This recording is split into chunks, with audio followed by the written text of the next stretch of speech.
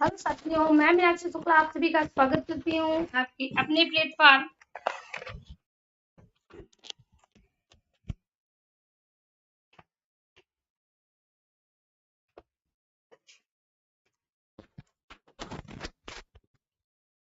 Hello साथियों, मैं मीनाक्षी शुक्ला एक बार आपका फिर से स्वागत करती हूँ आपके अपने परिवार टारगेट विद केसीएस में।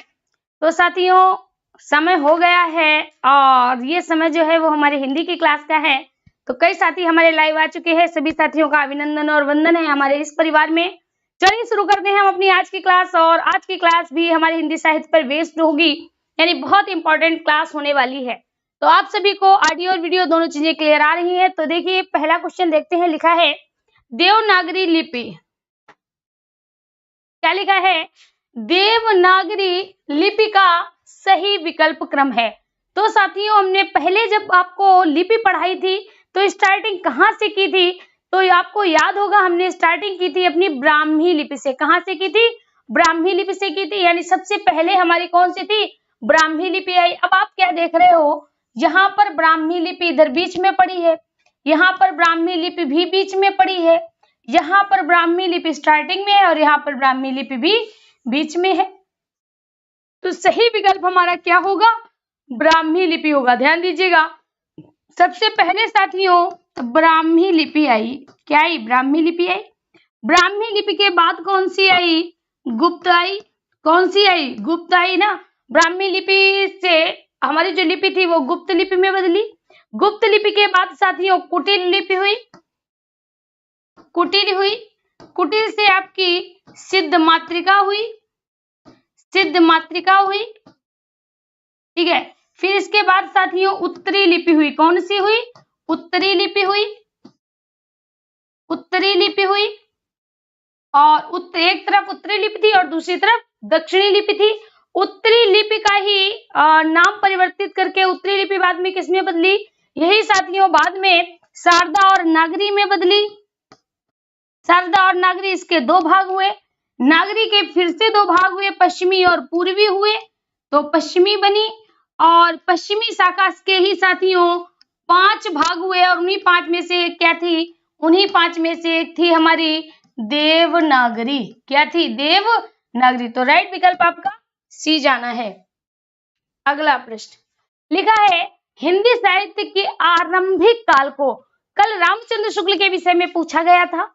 आज प्रश्न लिखा है हिंदी साहित्य के आरंभिक काल को राहुल शंकरतैन ने क्या कहा? ध्यान दीजिए, तो यहाँ पर आपको आदि से हमने आपको एक ट्रिक बताया था। आदि हजारे ने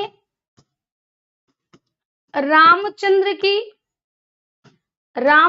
की वीर गाथा सुनी। यानी कहने का अर्थ है आदिकाल को कहने वाले हजारी प्रसाद द्विवेदी थे, वीर गाथा को कहने वाले रामचंद्र शुक्ल थे। हाँ, दो चीजें तो निकल आई। अब बचा आपका चारण काल। तो यहाँ पर अगर हम बात करें तो एक ट्रिक ये भी हमने आपको बताई थी, महाबीज चार गिराए। महाबीज चार गिराए, यानी महावीर प्रसाद द्विवेदी ने कहा था बीज बपन काल। चार से चारण काल किसने कहा? गिराए से ग्रियर्सन ने। यानी यहाँ पर क्या हो जाएगा? जॉर्ज ग्रियर्सन हो जाएगा, ठीक है। तो यहाँ पर राइट विकल्प आपका क्या आएगा?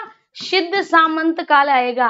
कैसे आएगा? देखिए, यहाँ पर बात करें तो एक ट्रिक हमने आपको यहाँ ये भी बताई थी, अपभ्रंश चंद्र। हाँ, चंद्र कैसा है? अपभ्रंश है, यानी टेढ़ा है ना। तो टेढ़े चंद्र से क्या कहा गया?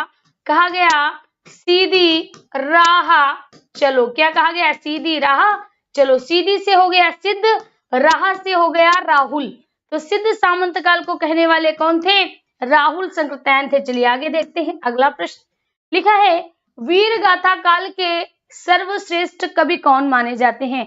तो यहाँ पर आपको कई ऑप्शन दिख रहे होंगे, जैसे चंद्रवरदाई है, जगनिक हैं, दलपति विजय हैं और विद्यापति हैं, है ना। तो ये जो 4 कवि हैं, ये चारों कवि की अगर हम बात करें, देखिए विद्यापति की बात करें तो विद्यापति अपभ्रंश के भी थे, अबहट्ट के भी थे और आदिकाल के थे। यानी ये जो थे ये अपभ्रंश के भी थे, अबहट्ट में भी इन्होंने अपनी रचनाएं लिखी और साथियों इन्होंने आदि काल में भी अपनी रचनाएं लिखी। ठीक है, जबकि दलपति विजय, जगनिक और चंद्रवरदाई ये तीन के तीनों कवि किस काल से रिलेटेड थे? तो ये तीनों कवि साथियों आदि काल से रिलेटेड थे, जिनमें से जो चंद्रवरदाई हैं इनको श्रेष्ठ कवि माना जाता है। क्या माना जाता है? श्रेष्ठ कवि माना जाता है आदि काल का। किसका? आदि काल का, है ना। इनकी रचना कौन सी थी? इनकी रचना थी साथियों इनकी रचना कौन सी थी? चंद्रवरदाई की रचना थी पृथ्वीराज रासो। इनकी रचना थी पृथ्वीराज रासो। ये पृथ्वीराज के दरबारी कवि थे, पृथ्वीराज के दरबारी कवि थे। ठीक है, तो राइट विकल्प आपका क्या हो जाएगा? पहला विकल्प आपका राइट चला जाएगा, पहला विकल्प आपका सही जाएगा। ठीक है, चलिए अगला प्रश्न देखते हैं। यहाँ पर आपको दिख रहा होगा, लिखा है सखी वे मुझसे कहकर जाते। ध्यान दीजिएगा, सखी मतलब सहेली। एक सहेली अपनी दूसरी सहेली से कह रही है कि हे सखी, हे मेरी सहेली, वे मुझसे कहकर जाते। और अगर जाते तो आप बताओ, अगर जाते कहकर जाते तो क्या जाने देते? नहीं जाने देते। क्या कहते? भाई हम क्या करेंगे, आपका पुत्र क्या करेगा, आपके माता पिता कैसे रहेंगे, आपको जाना ही था तो आपने मुझसे विवाह क्यों किया। ये सभी चीजों से रोकने की कोशिश की जाती, इसीलिए बिना बताए ही चले गए। और जब चले गए तो एक सखी जो है वो अपनी सखी से कह रही है कि सखी वे मुझसे कहकर जाते। ठीक है, तो ये जो पंक्तियां हैं साथियों, अब कहा गया ये पंक्तियां किसने लिखी हैं? तो ध्यान दीजिएगा, ये साथियों पंक्तियां जो प्रसिद्ध पंक्तियां हैं ये आपकी यशोधरा से ली गई। जैसे आपको पता होगा पिछली बार जो भी पेपर हुआ था टेट में, उसमें बहुत अच्छी प्रश्न पूछ दिया गया था, 12 बरस लो कुकर जीवे और 16 रसियार, यानी इस तरह से पेपर में पूछ दिया गया था। और आपको पता होगा कि बहुत ज्यादा गलतियां हुई थी, तो वो गलतियां हमको नहीं करना है ना। तो यहाँ पर देखिए ये पंक्तियां किससे हैं? यशोधरा से ली गई हैं। यशोधरा रो रो कर अपनी सहेली से कहती हैं कि हे सखी, वे उनको मुझसे बताकर जाना चाहिए था, तो मैं उनको सम्मान पूर्वक विदा करती, मैं उनसे कुछ वार्तालाप कर लेती, लेकिन वह बिना बताए ही चले गए और मैंने उनसे ढंग से बात भी नहीं कर पाई। ये उनको मलाल रहता है ना। तो यशोधरा किसकी पत्नी थी? तो महात्मा बुद्ध की पत्नी। कौन किसकी पत्नी थी साथियों? महात्मा बुद्ध की पत्नी थी, है ना। तो यशोधरा क्या है? यशोधरा साथियों एक महाकाव्य है। यशोधरा क्या है? महाकाव्य है। कैसा महाकाव्य है? नारी प्रधान है। कैसा है? नारी प्रधान है, क्योंकि यशोधरा के विषय में बताया गया है। यशोधरा एक नारी है, तो ये नारी प्रधान महाकाव्य है। किसने लिखा है? तो आप क्या कहोगे? इसको लिखने वाले साथियों कौन है? मैथिली शरण गुप्त है। मैथिली शरण गुप्त है ना। जबकि अगर हम बात करें हरियोध जी की, किसकी? हरियोध जी की, तो यहाँ पर भी हमने बताया था कि हरियोध जी ने क्या किया है? 2 लिखे हैं महाकाव्य। पहला तो लिखा है प्रिय प्रवास, श्री कृष्ण पर लिखा है साथियों, और दूसरा इन्होंने क्या लिखा है? वैदेही वनवास। दूसरा इन्होंने लिखा है वैदेही वनवास। किस पर लिखा है? तो ये साथियों इन्होंने सीता जी पर लिखा है। किस पर लिखा है? सीता जी पर लिखा है। ठीक है, दूसरी यहाँ पर आप बात ये याद रखिए कि जो मैथिली शरण गुप्त ने थे, इन्होंने 2 महाकाव्य लिखे, 2 प्रमुख महाकाव्य लिखे, जिसके वजह से ये जाने जाते हैं। और दोनों के दोनों नारी प्रधान हैं। दोनों के दोनों कैसे हैं? नारी प्रधान हैं।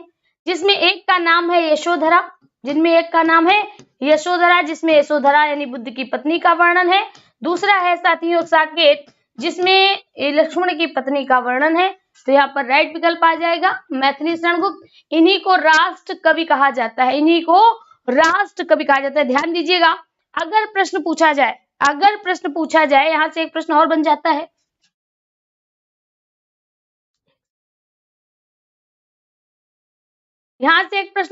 चलिए आप, अगर पूछा जाए राष्ट्रवादी कवि, क्या पूछा जाए?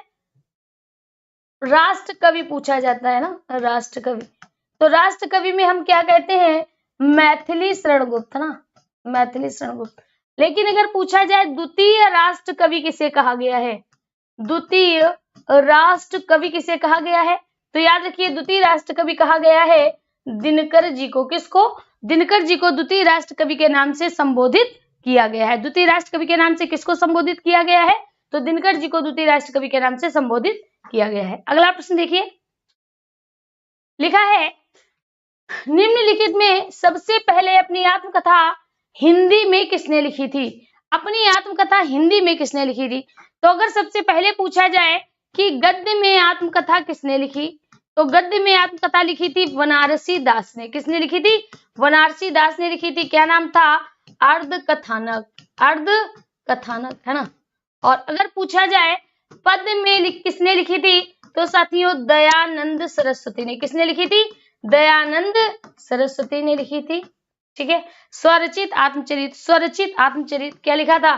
स्वचरित, स्वरचित आत्मचरित, स्वरचित आत्मचरित, आत्मचरित। ठीक है। लेकिन यहाँ पर पूछा जा रहा है कि सबसे पहले अपनी आत्मकथा हिंदी में किसने लिखी, तो साथियों राइट विकल्प आपका क्या हो जाएगा? राजेंद्र प्रसाद हो जाएगा। क्या हो जाएगा? राजेंद्र प्रसाद हो जाएगा। डी विकल्प आपका राइट होगा, डी विकल्प आपका सही होगा। चलिए अगला देखते हैं। लिखा है अपभ्रंश में कृष्ण काव्य के प्रणेता। बहुत बढ़िया प्रश्न है। अगर पूछा जाए अपभ्रंश में राम काव्य के प्रणेता, या बात करें अपभ्रंश में वाल्मीकि, अपभ्रंश में वाल्मीकि, यानी वाल्मीकि ने क्या किया था? राम का चरित्र लिखा था। तो वही पूछा गया है कि अपभ्रंश में राम काव्य किसने लिखा? अपभ्रंश में राम काव्य किसने लिखा? Rajendra, very good. खुद की आत्मकथा भी बहुत अच्छे, वेरी गुड। चलिए बस ऐसे ही जैसे आप लोग ऐसे आंसर देते हैं, बस ऐसे आंसर देते रहें। और हाँ, अपने दूसरों दोस्तों को भी साथियों शेयर करते रहें, जिससे कि बाकी लोगों को भी, क्योंकि कई साथियों के कमेंट ऐसे आते हैं कि भाई हिंदी की क्लास कब से शुरू हो रही है। हाँ, तो हिंदी की क्लास शुरू हो चुकी है। ठीक है। तो यहाँ पर देखिए अपभ्रंश में राम काव्य के विषय में अगर बात करें, यानी अपभ्रंश में राम काव्य किसने लिखा है, तो हम क्या कहेंगे? स्वयंभू कहेंगे। क्या कहेंगे? स्वयंभू कहेंगे। क्या लिखा है इन्होंने? तो इन्होंने साथियों लिखा है पौमचर्यू। क्या लिखा है? पौमचर्यू लिखा है। ठीक है, एक बात तो हमें पता चल गई। दूसरा अगर प्रश्न ये बने कि अपभ्रंश में कृष्ण काव्य किसने लिखा, तो अपभ्रंश में कृष्ण काव्य लिखने वाले कौन थे साथियों? तो वो थे हमारे पुष्यदंत। क्या कौन थे? पुष्यदंत थे। इन्हीं को साथियों क्या कहा जाता है? पुष्य कहा जाता है। इन्होंने क्या लिखा है? इन्होंने लिखा है जसहर चर्यू। क्या लिखा है? जसहर चर्यू। जसहर किन्हें कहा गया है? जसहर कहा गया है कृष्ण को। जसहर कहा गया है कृष्ण को, पौम कहा गया है राम को। ठीक है। चर्यू मतलब, चर्यू का अर्थ होता है चरित। यहाँ पर हो जाएगा कृष्ण, चर्यू का अर्थ हो जाएगा चरित। ठीक है। तो यहाँ पर राइट विकल्प आपका क्या होगा? राइट विकल्प आपका क्या हो जाएगा? पुष्यदंत हो जाएगा। राइट विकल्प आपका क्या हो जाएगा? पुष्यदंत हो जाएगा। यहाँ तक किसी कोई समस्या? यहाँ तक किसी कोई दिक्कत नहीं है? चलिए आगे बढ़ते हैं, अगला प्रश्न देखते हैं। लिखा है भारत भारती काव्य के रचनाकार थे। भारत भारती, देखिए यहाँ पर अगर हम बात करें भारत भारती, है ना, तो भारत भारती को किसने लिखा था? याद रखिए ये बहुत ज्यादा इंपॉर्टेंट है। इसको साथियों लिखा गया था 1912 या 13 के दशक में, यानी 1912 या 13 ईस्वी के मध्य लिखा गया था। और साथियों इसके लिखने वाले कौन थे? इसको लिखने वाले थे मैथिली शरण गुप्त। कौन थे? मैथिली शरण गुप्त थे। इसी रचना के कारण मैथिली शरण गुप्त को क्या कहा गया था? इनको साथियों कहा गया था राष्ट्र कवि। क्या कहा गया था? राष्ट्र कवि कहा गया था। और इनको राष्ट्र कवि किसने कहा था? तो साथियों इनको राष्ट्र कवि कहा था राष्ट्रपिता महात्मा गांधी ने। किसने कहा था? राष्ट्रपिता महात्मा गांधी ने इनको राष्ट्र कवि के नाम से संबोधित किया था। ठीक है। अगली बात, अगर हम बात करें तो भारत भारती जो है साथियों वह 3 खंडों में विभाजित है। भारत भारती जो है साथियों वह 3 खंडों में विभाजित है। पहला है आपका अतीत खंड, ठीक है। दूसरा है आपका भविष्य खंड, यानी अगर हम क्या देख रहे हैं, पहला खंड है अतीत। अतीत मतलब भूतकाल के विषय में वर्णन है, यानी पहले जो खंड है उसमें भूतकाल के विषय में बताया गया है, यानी जो समय बीत गया है उसके विषय में बताया गया है। जो दूसरा खंड है उसको साथियों कहते हैं भविष्य खंड, सॉरी उसको कहते हैं वर्तमान खंड। जो दूसरा खंड है उसको कहते हैं वर्तमान खंड, ध्यान दीजिए, उसको कहते हैं वर्तमान खंड, यानी उसमें जो चल रहा है समय उसके विषय में बताया गया है। और जो तीसरा खंड है वह है आपका भविष्य खंड, जिसमें आने वाले समय को लेकर बताया गया। ठीक है, तो भविष्य खंड लिख दिया यहाँ पे। चलो भाई यहाँ पर वर्तमान लिख ले, कहीं पर लिखे रहो, ऐसी कोई नहीं है, याद रखिएगा। दूसरा है आपका वर्तमान खंड और तीसरा है आपका भविष्य खंड, है ना। तो इसमें 3 खंड है भारत भारती में 3 खंडों में विभाजित किया गया है, वर्तमान, भविष्य और वर्तमान, भूत और भविष्य। इसमें पहला आपका भूत है, दूसरा आपका वर्तमान है और तीसरा भविष्य है। कैसे? हम लोग देखिए, हम लोग है ना, तो हम लोग मिडल में है। जो पहले समय है, जो पहला का समय है वो बीत गया, जो पहले का समय है वो गुजर चुका, वो हमारा पहले का समय है। ये जो चल रहा है ये हमारा दूसरा समय है, और जो आने वाला समय होगा वो हमारा तीसरा समय होगा। क्या होगा? तीसरा समय होगा। ठीक है, तो यहाँ पर चलिए, यहाँ पर राइट विकल्प क्या हो जाएगा? राइट विकल्प हो जाएगा साथियों सी, राइट विकल्प हो जाएगा सी। ठीक है, देखिए होता क्या है, जब किसी चीज की हमारी प्रैक्टिस छूट जाती है ना काफी समय तक, तो वो चीज हमें आते हुए भी बच्चा गलत होने लगती है। इसीलिए कहा है कि प्रैक्टिस बहुत ज्यादा आवश्यक है, प्रैक्टिस बहुत ज्यादा आवश्यक है। चलिए आगे देखिए, यहाँ तक आप लोगों ने सीख लिया है। अगला प्रश्न है रानी केतकी की कहानी, है ना, रानी केतकी की कहानी। तो जैसे ही आई रानी केतकी की कहानी, तो याद रखिए साथियों, रानी की केतकी की कहानी खड़ी बोली की पहली कहानी है, खड़ी बोली की प्रथम कहानी मानी जाती है, प्रथम कहानी मानी जाती है रानी केतकी की कहानी। क्यों? क्योंकि इसको लिखने वाले कौन है? इसको लिखने वाले हैं साथियों इंशा अल्लाह खां। इसको लिखा किसने है? इंशा अल्लाह खां। तो याद होगा हमने खड़ी बोली के 4 उन्नायक बताए थे, खड़ी बोली के 4 उन्नायक बताए थे। कौन से बताए थे? तो सबसे पहले आएगा लल्लू लाल, दूसरे आएंगे सुखलाल, तीसरे आएंगे आपके शदल मिश्र, और चौथे आएंगे आपके इंसा अल्लाह खां। कौन आएंगे? इंसा अल्लाह खां। तो ये जो कहानी है वो इंसा अल्लाह खां के द्वारा लिखी गई है ना। तो और इन्हीं 4 लोगों ने खड़ी बोली का सबसे पहले प्रयोग किया था, इसीलिए खड़ी बोली के 4 उन्नायक माने जाते हैं। और जो हमारी रानी केतकी की कहानी है वो खड़ी बोली की प्रथम कहानी मानी जाती है, खड़ी बोली की प्रथम कहानी मानी जाती है। दूसरी बात, अब यहाँ पर एक बात आपको ये याद रखनी है कि अगर पूछा जाए इसकी लिपि क्या है, तो इंशा अल्लाह खां से आप समझ रहे होगे, तो इसकी लिपि क्या है साथियों? उर्दू लिपि है। ये उर्दू में लिखी गई ना, ये उर्दू में लिखी हुई है, खड़ी उर्दू में लिखी हुई खड़ी बोली की है। जैसे ध्यान दीजिएगा, जैसे हम सभी अपने जीवन में हिंदी भाषा तो बोलते हैं, लेकिन उसके साथ ही साथ उसमें उर्दू के शब्द भी बोलते हैं, ठीक उसी प्रकार से ये खड़ी बोली के रूप में है, लेकिन है उर्दू लिपि। इसकी लिपि उर्दू है, यानी इसकी भाषा उर्दू है। ठीक है, चलिए आगे। तो यहाँ पर राइट विकल्प आपका डी हो जाएगा। अगला प्रश्न देखिए, अगला प्रश्न कहता है कुटज के रचयिता है, कुटज के रचयिता। तो यहाँ पर पहला लिखा है कुटज, दूसरा याद रखिएगा अनामदास का पोथा, अनामदास का पोथा, है ना। बाण भट्ट की आत्मकथा, बाण भट्ट की आत्मकथा, आत्मकथा। ये 3 रचनाएं तो आपको याद होनी ही होनी चाहिए। कौन कौन सी? तो सबसे है साथियों यहाँ पर एक अशोक के फूल भी है, अशोक के फूल, अशोक के फूल, अशोक के फूल ना। ये 4 रचनाएं आपको, चाहे आप कुछ भी भूल जाओ, कुछ भी भूल जाने का मतलब ये जो 4 रचनाएं हैं, 4 रचनाएं किस कवि की हैं, वो रचनाएं आपको याद करनी ही होंगी, है ना। ये रचनाएं आपको याद करनी ही करनी है। ठीक है, तो यहाँ पर कौन सी है? कुटज है, अनामदास का पोथा है, बाण भट्ट की आत्मकथा है, अशोक के फूल है। इसके अलावा इनकी और भी 2 रचनाएं हैं, पुनर्नवा, पुनर्नवा, पुनर्नवा, ठीक है, पुनर्नवा है, और चारु चंद्रलेख, चारु चंद्र लेख, ठीक है, जिसमें से ये जो दो इतनी इंपॉर्टेंट नहीं है, लेकिन ये चार आपकी घनघोर इंपॉर्टेंट है। और इसके रचयिता कौन है साथियों? हजारी प्रसाद द्विवेदी हैं। कौन है? हजारी प्रसाद द्विवेदी है। तो ये हजारी प्रसाद द्विवेदी की रचनाएं हैं। कौन? कुटज। आप प्रीवियस पेपर उठा के देख लो, टेट और सुपर टेट का, टेट और सुपर टेट का पेपर उठा के देख लीजिए, इनसे प्रश्न बने हुए हैं। तो इसीलिए कहते हैं ये बहुत ज्यादा इंपॉर्टेंट है।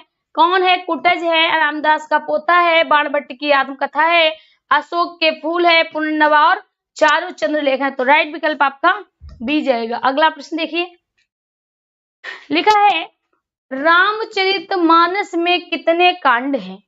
अरे भाई बहुत बढ़िया प्रश्न है।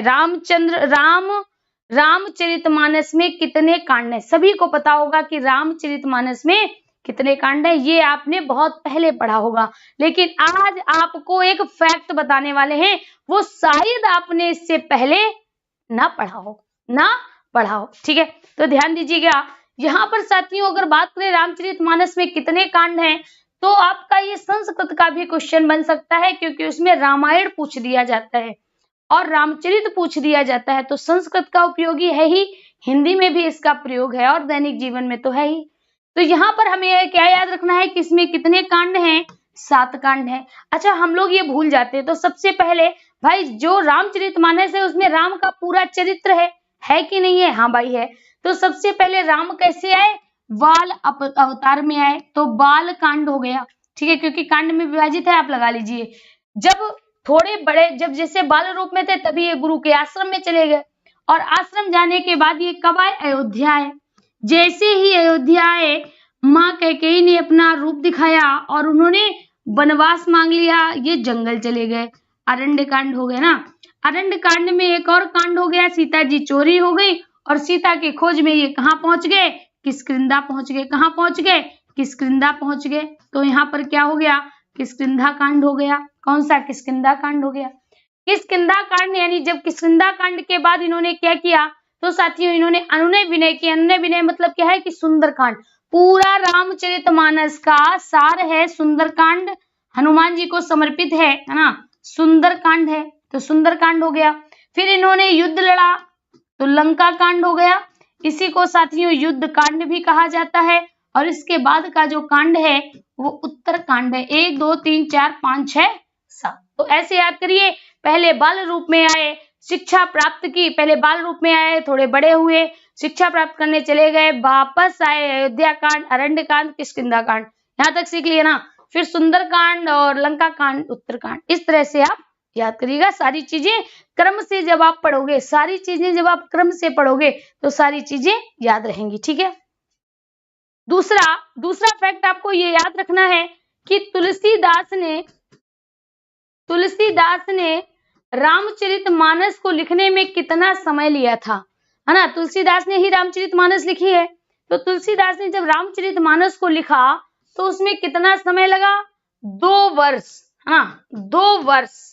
याद रखिएगा कितना लगा? 2 वर्ष लगा। और 2 वर्ष के बाद लगभग साथियों आधा साल और लग गया, यानी लगभग 7 माह लग गए और 26 दिन। ये जो समय है, ये समय किसके द्वारा बताया गया है? तो गीता प्रेस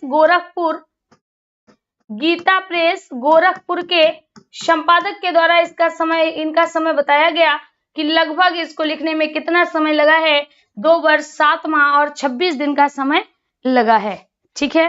ये आपने पहली बार, हो सकता है आपने पहली बार ये डाटा देखा हो, और आप यकीन नहीं मानेंगे, हमने तो भाई पहली बार ही इसको पढ़ाया, और अगर आपने हो सकता है किसी दूसरे चैनल से या कहीं अदर से पढ़ा हो तो बहुत अच्छी बात है, ठीक है, लेकिन ये चीज आपको याद रखनी है।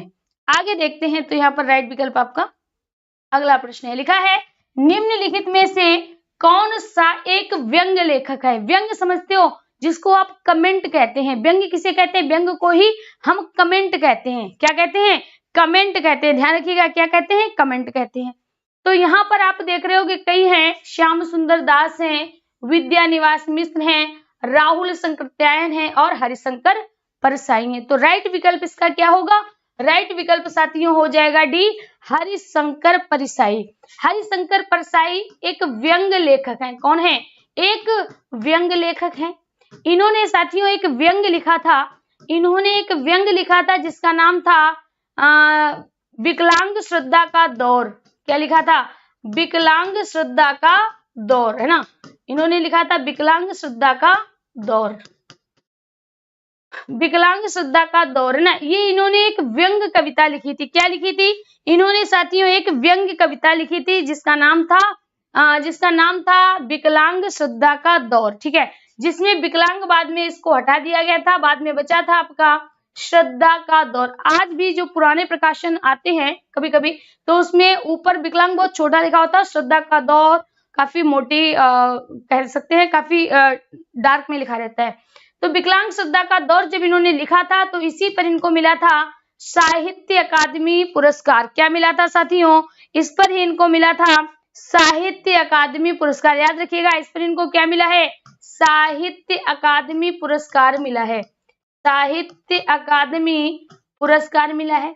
अब ये पुरस्कार इनको मिला कब था? तो ये पुरस्कार इनको मिला है 1982 में। कब मिला है? 1982 में, विकलांग श्रद्धा का दौर, ठीक है।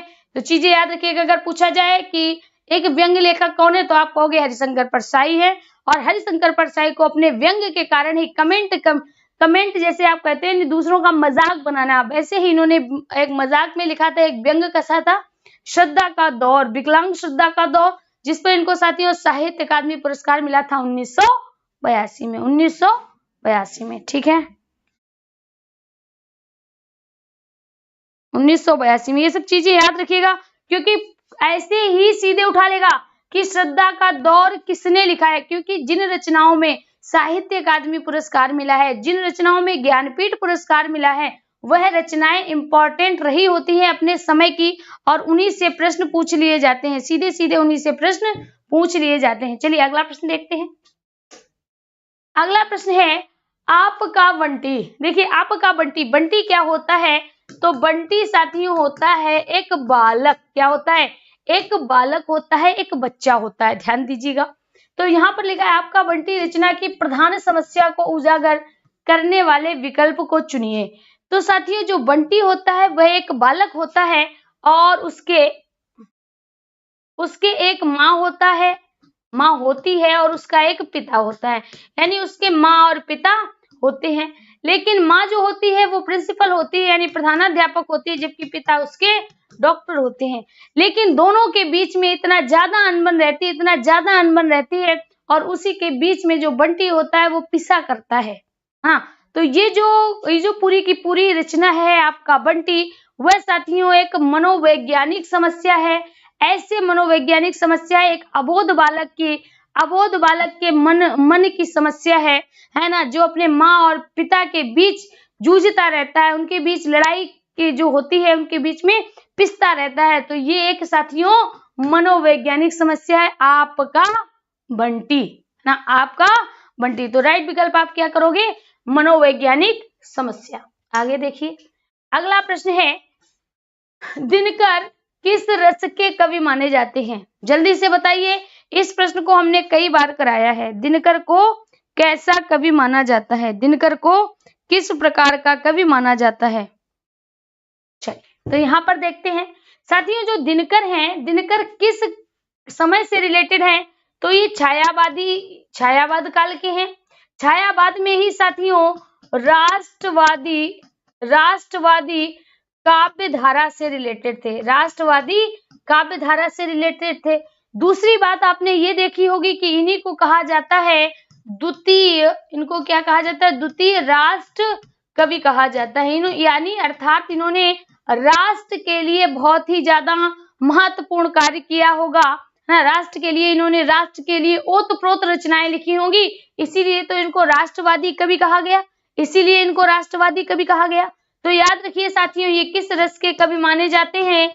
वीर रस के कवि माने जाते हैं। देश के लिए अगर कभी प्रेम होगा, देश के लिए अगर कुछ कर गुजरने की क्षमता होगी, देश के लिए कर गुजरने की जज्बा होगा, तो साथियों वो हमारा वीरता का प्रदर्शन करेगा, वीर रस कहलाएगा। क्या कहलाएगा? वीर रस कहलाएगा। ये बात याद रखिएगा साथियों। ये जो दिनकर जी थे, दिनकर को साहित्य अकादमी पुरस्कार भी मिला था, 1959 में मिला था। संस्कृत के 4 अध्याय, संस्कृत के 4 अध्याय, ठीक है। और दूसरी अगर बात करें साथियों, इनको ज्ञानपीठ भी मिला था। क्या मिला था? ज्ञानपीठ मिला था 1972 में। किस रचना के कारण मिला था? तो आप ये बात याद रखिए, किस रचना के कारण मिला था? उर्वशी पर मिला था। किस पर? उर्वशी पर मिला था। चलिए आगे देखते हैं। अगला प्रश्न लिखा है, निराला को कैसा कवि माना जाता है? निराला को कैसा कवि माना जाता है? अवसरवादी, क्रांतिकारी, पलायनवादी, भाग्यवादी। देखिए, अवसरवादी का मतलब है अवसर के अनुसार बोलने वाला, अवसर के अनुसार बोलने वाला अवसरवादी। क्रांतिकारी यानी लोगों को जगाने के लिए, लोगों को जगाने के लिए, उनमें एक नई ऊर्जा का संचार करने के लिए वो क्रांतिकारी हो गए। पलायनवादी क्या हुआ? मतलब पलायन करना यानी हट जाना, है। तो जब कोई स्थिति हो उससे हटकर रचनाएं करना पलायनवादी हो गया। भाग्यवादी यानी भाग्य पर ही सब कुछ छोड़ देना, भाग्यवादी कवि हो गया। तो यहाँ पर साथियों राइट विकल्प आपका क्या हो जाएगा? क्रांतिकारी कवि हो जाएगा। क्या होगा? क्रांतिकारी कवि हो जाएगा।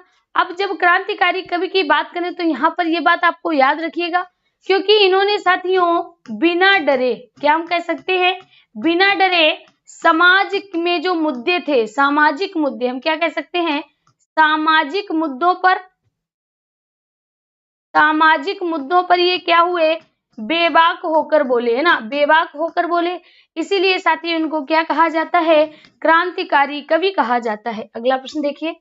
अगला प्रश्न कहता है, निम्नलिखित में कौन सा एक उपन्यास जैनेन्द्र द्वारा लिखा नहीं है? तो अभी हमने बताया था पुनर्नवा किसके द्वारा लिखा गया है? हजारी के द्वारा लिखा गया है ना। सेवा सदन किसके द्वारा लिखा गया है? सेवा सदन, जल्दी से बताइए, सेवा सदन किसके द्वारा लिखा गया है? कमेंट बॉक्स में आपको अपना कमेंट देना है, जल्दी से बताइए। एकदा नैमिषारण्य, एकदा नैमिषारण्य, बिल्कुल सही। एकदा नैमिषारण्य किसके द्वारा लिखा गया है? अमृतलाल नागर के द्वारा, बिल्कुल सही कमेंट है, अमृतलाल नागर के द्वारा। तो इसका राइट विकल्प आपका क्या हो जाएगा? परख हो जाएगा। जैनेन्द्र द्वारा लिखा परख है, आपको कमेंट बॉक्स में बताना है। सेवा सदन किसने लिखा है? सेवा सदन किसने लिखा है, ये आपको आंसर देना है। मुंशी प्रेमचंद ना, देख लिया था भाई, हम लिख रहे थे, आपने नकल मार ली, गलत बात है, ठीक है। चलिए भाई, सही है आपका आंसर। आगे देखिए, यहाँ पर राइट अगला प्रश्न है, कवि कालिदास का अभिज्ञान शाकुंतलम का हिंदी अनुवाद किसने किया? अभिज्ञान शाकुंतलम का हिंदी अनुवाद। तो अगर हम बात करें अभिज्ञान शाकुंतलम, ध्यान से देखना है,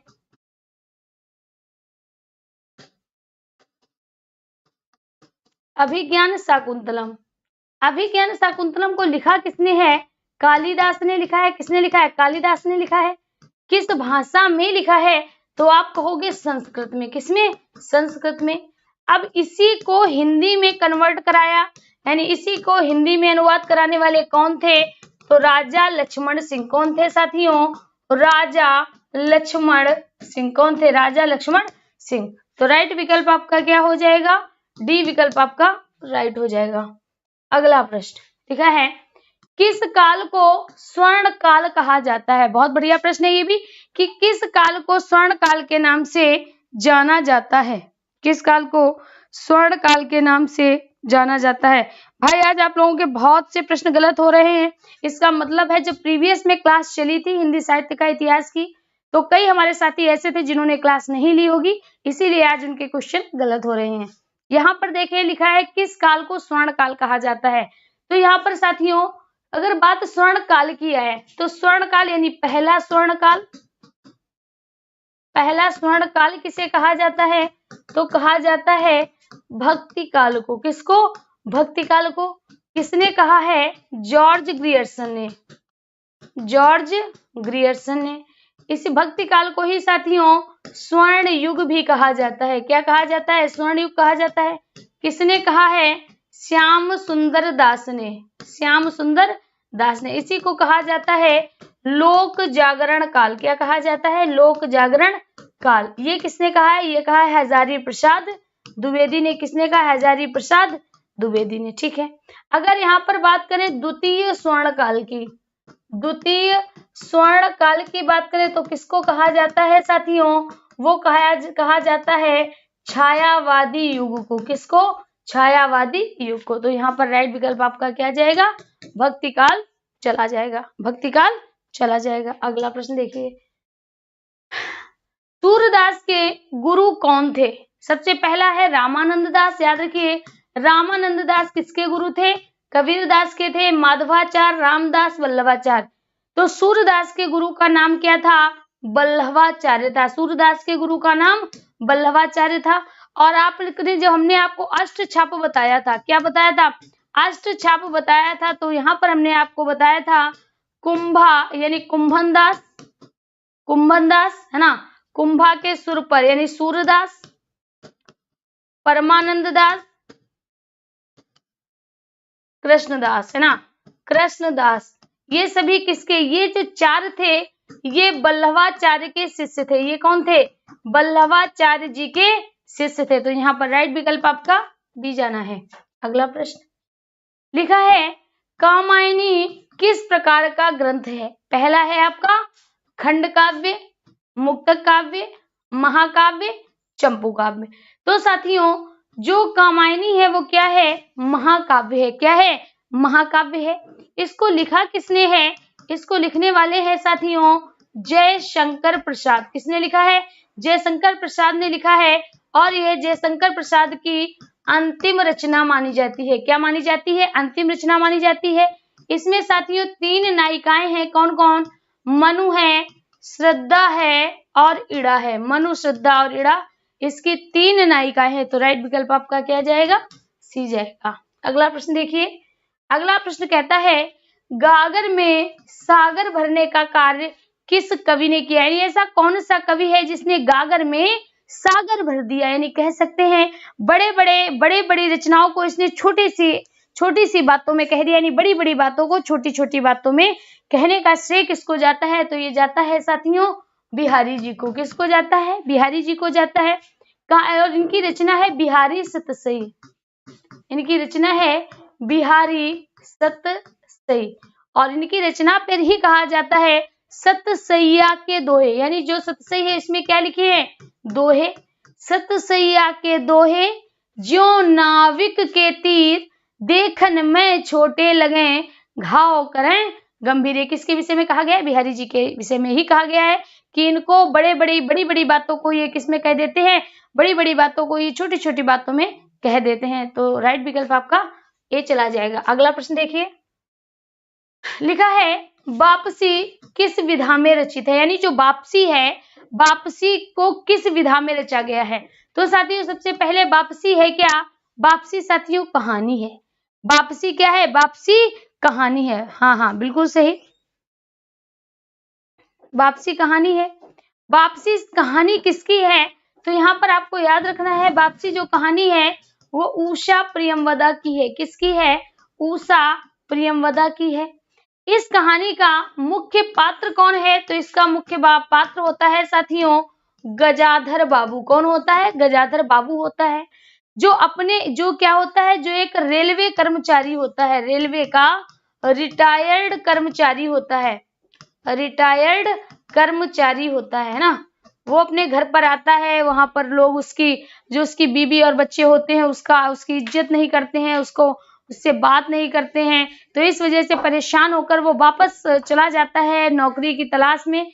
इसीलिए इस कहानी का नाम है वापसी। क्या है? वापसी। ठीक है। सतसैया के दोहे ज्यों नाविक के तीर, देखन में छोटे लगे, घाव करें गंभीर। बिल्कुल सही। चलिए आगे देखते हैं। लिखा है तोड़ती पत्थर कैसी कविता है? देखिए तोड़ती पत्थर व्यंग है, यानी किसी पर व्यंग किया गया है, कमेंट किया गया है। उपदेशात्मक, किसी पे उपदेश दिया गया है। यथार्थ है, यथार्थ मतलब वास्तविकता है। या साथियों आदर्शवादी है। तो ये जो रचना है वो कैसी है? यथार्थवादी है। कैसी है? यथार्थवादी है। और इस रचना को लिखा किसने है? तोड़ती पत्थर को। ये यथार्थ है। यथार्थ मतलब होता है वास्तविकता। कैसी है साथियों? वास्तविकता पर आधारित है। वास्तविकता पर आधारित है। अगर हम बात करें इसको लिखा किसने है तोड़ती पत्थर को, तो साथियों इसको लिखा है सूर्यकांत त्रिपाठी निराला ने। किसने लिखा है? सूर्यकांत त्रिपाठी निराला, जिनको हम क्या कहते हैं? जिनको हम कहते हैं क्रांतिकारी कवि। क्या कहा जाता है? क्रांतिकारी कवि के नाम से जानते हैं।